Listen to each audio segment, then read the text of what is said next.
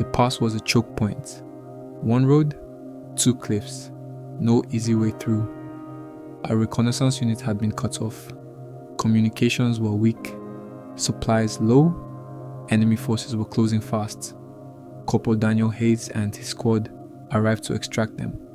The plan?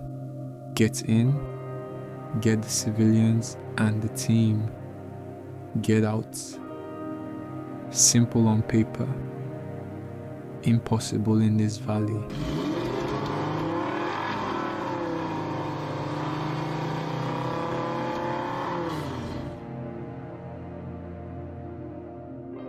They reached the coordinates and found chaos. Vehicles abandoned. Smoke rising. The reconnaissance team pinned behind overturned trucks. Men shouted, radios screeched. The squad leader called for a flanking maneuver, a risky corridor through exposed ground. The order came with a truth they couldn't ignore. The flank would buy time, but casualties were expected.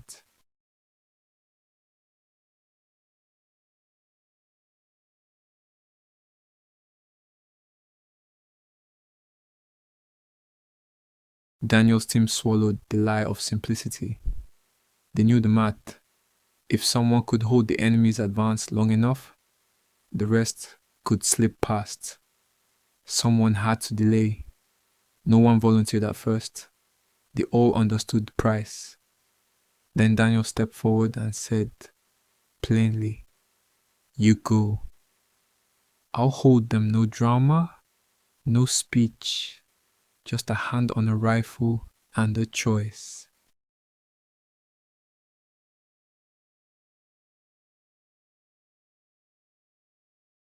He moved to a high perch, exposed but commanding the route. He set up what he could: a light machine gun, extra belts of ammunition, a field of fire that funneled the approach. The rest of the squad melted into the rocks and started the withdrawal. Daniel watched them go, eyes steady, then turned his back to the valley and faced the road.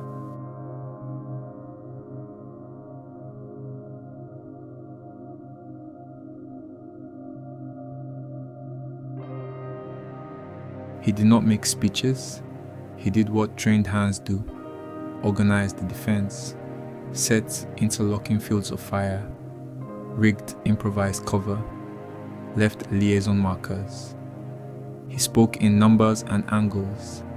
He set a clock in his head: how long a manual gunner could bleed the enemy before he was overrun. Time was currency. He had to spend it for them.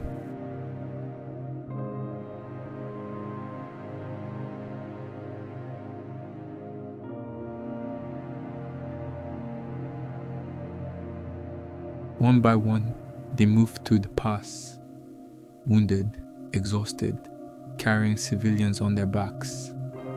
Daniel heard each step, the scrape of boots on stone, the faint radio bursts.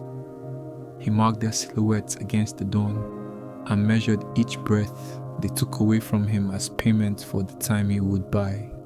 The sun climbed. He began the countdown.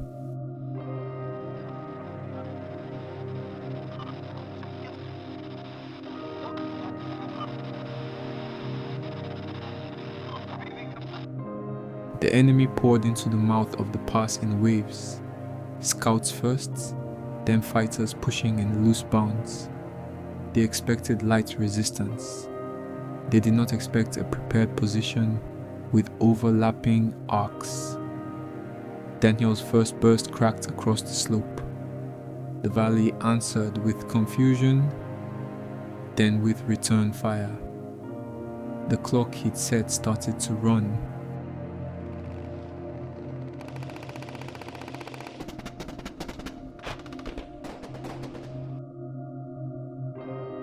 He did not scream. He did not curse. He counted. 2 seconds on target. Fire. 3-second pause for cooling and aim. Adjust for wind. suppressed the flank, calling the phantom shots that stitched the enemy's advance into predictable gaps. It was math and rhythm, cold and precise. Each magazine emptied was a minute taken from the enemy's clock.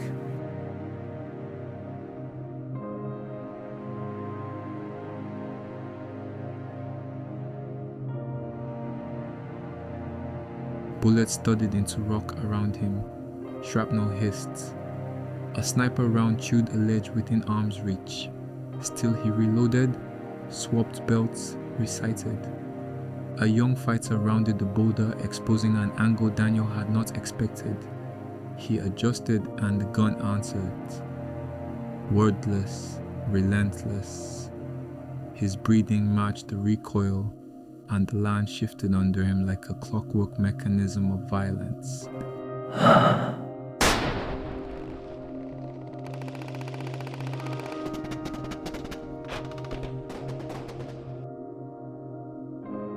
At times, his focus flicked to the trail where his men fled. A silhouette darting, a hand helping an injured shoulder, a civilian lowered over a rock.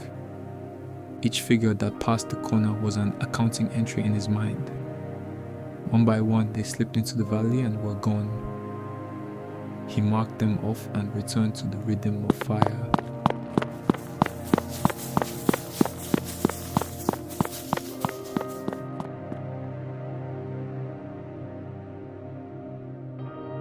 The enemy recalibrated, sending an assault across the flank that sought to swamp his position. Communications crackled as they coordinated the push. Daniel anticipated the lanes, shortened bursts, tracers marking the charge. He shifted his position slightly, trading cover for field of fire to break the momentum. The valley answered with a chorus of engines and shouts.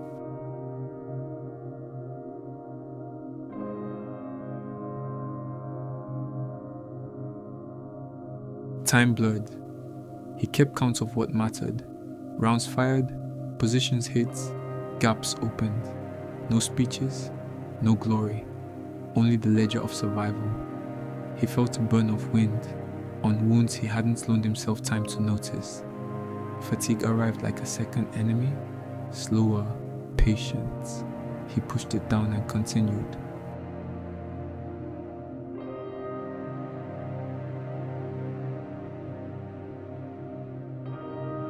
The assault intensified. The corridor that had been his ally narrowed to a funnel. He could hear the approach now as a single mass. Ammunition belts shortened, fingers cramped. The math that had once promised minutes now bled seconds. He shifted to point defense. Every burst a deliberation, every aim precise. He bought seconds that were now worth whole lives.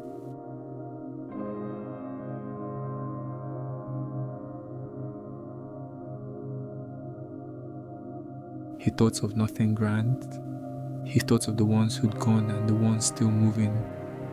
He thought of the child who had laughed in the dust of a broken village months ago, of faces he could not unsee. He thought only of the simple metric: keep them moving, keep them alive. Everything else would be accounted for later. Some other ledger he would not get to balance.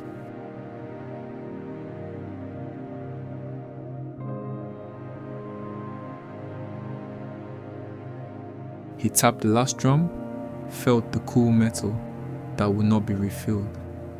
He judged angles like a man reading a map, then fired until the mechanism stuttered.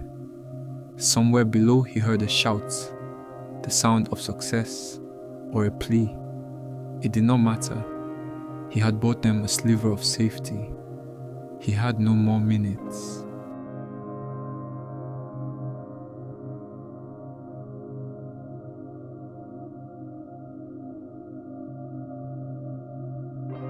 The final wave hit like a tide. He did what he could until he could not. There was no last line of dialogue, nothing, no final plea. There was only the mechanical cessation of motion, the stutter of a weapon, then the silence that follows impacts. The valley took what it had been given. His choice had been paid in full.